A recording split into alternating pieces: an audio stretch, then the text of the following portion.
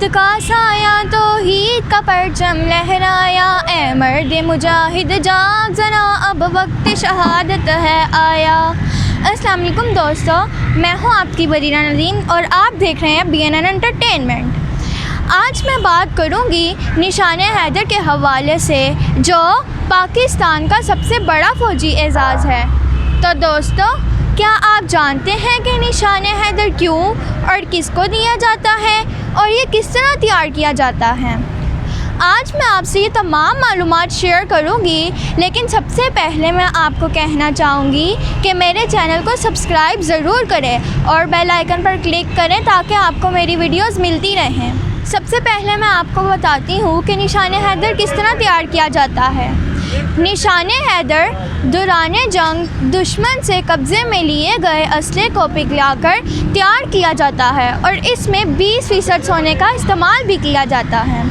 یہ صرف ان لوگوں کو دیا جاتا ہے جو وطن کے لیے اپنی بہادری کا مظاہرہ کرتے ہوئے شہید ہو گئے ہوں، اور پھر یہ کہ اس میڈل کی پشت پر اس خوش بخت فوجی کے بارے میں مختصر ذکر ہوتا ہے جس کو اس اعزاز سے نوازا جاتا ہے۔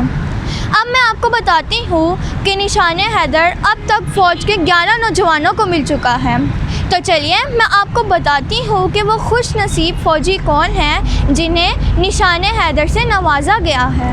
سب سے پہلا نشان حیدر کیپٹن راجہ محمد سرور شہید کو ملا۔ دوسرا نشان حیدر میجر طفیل محمد شہید کو دیا گیا۔ تیسرا نشان حیدر کا اعزاز میجر راجہ عزیز بھٹی شہید کے حصے میں آیا۔ چوتھا نشان حیدر میجر محمد اکرم شہید کو دیا گیا۔ پانچواں نشان حیدر صرف 20 سال کی عمر میں شہادت کا رتبہ پانے والے پائلٹ آفیسر راشد منہاس شہید کے حصے میں آیا۔ ان کے بعد پاک فوج کے سابق سپہ سالار جنرل راحیل شریف کے بڑے بھائی میجر شبیر شریف شہید کو نشان حیدر سے نوازا گیا۔ 7ویں نمبر پر نام آتا ہے جوان سوار محمد حسین شہید کا، جنہیں ان کی بہادری پر نشان حیدر سے نوازا گیا۔ 8واں نشان حیدر لانس نائک محمد محفوظ شہید کے حصے میں آیا، جبکہ 9واں نشان حیدر کیپٹن کرنل شیر خان شہید کے حصے میں آیا۔ حوالدار لالک جان پاک فوج کے 10ویں فوجی جوان تھے جنہیں نشان حیدر سے نوازا گیا۔ ان کے علاوہ 11ویں شخصیت ان کی ہے جنہیں نشان حیدر تو نہیں ملا مگر ہلال کشمیر سے نوازا گیا، جسے بعد میں نشان حیدر کے برابر درجہ دیا گیا۔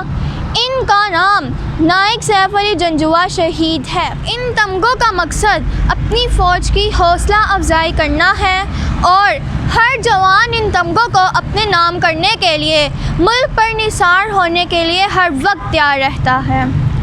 جب تک نہ جلے دیپ شہیدوں کے لہو سے، جب تک نہ جلے دیپ شہیدوں کے لہو سے، کہتے ہیں کہ جنت میں چراغاں نہیں ہوتا۔ انشاءاللہ پاکستان تا قیامت قائم و دائم رہے گا۔ پاکستان زندہ باد، پاک فوج پائندہ باد۔